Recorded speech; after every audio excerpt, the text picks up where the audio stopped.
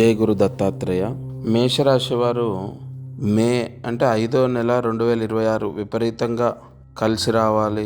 ఆర్థిక ఇబ్బందులు ఉండకూడదు, ఎటువంటి వాహన ప్రమాదాలు జరగకూడదు, లేదా అన్ని రకాలుగా బాగుండాలి. ఏ పని చేసినా అది కలిసి రావాలి. ఇంకొకటి ఏదైనా మనకు రావాల్సిన డబ్బులు ఉంటే రావాలి.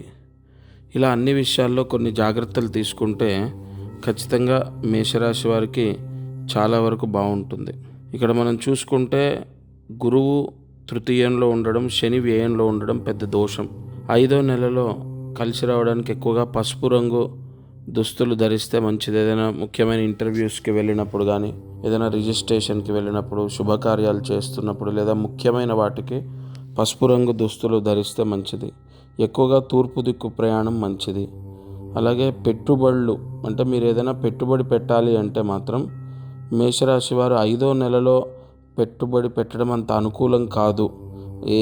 ఏ విషయంలోనైనా సరే పెట్టుబడి అంతా కలిసి రాదు 5వ నెలలో. అలాగే కారు కానీ, బైక్ కానీ తీసుకోవచ్చా అంటే తీసుకోవచ్చు, పర్లేదు, యోగం ఉంది. లోన్ కూడా మీకు లభించే అవకాశం ఉంది. అలాగే గ్రహ బలం లేదు.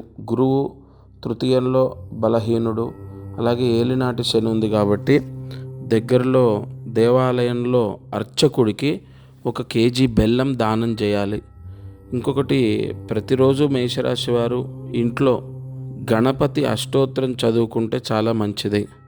ఈ 5వ నెల విపరీతంగా కలిసి రావాలి, అన్ని పనులు పూర్తవ్వాలి. అటు డబ్బు విషయంలో, ఉద్యోగ విషయంలో, లేదా లోన్లు రావాలి, లేదా బయట రావాల్సిన డబ్బు రావాలి, ఆదాయం పెరగాలి ఇత్యాది ఫలితం రావడానికి, అంటే గ్రహాలు అనుకూలించడానికి ఎక్కువగా గణపతి అష్టోత్తరాన్ని చదివితే మంచిది.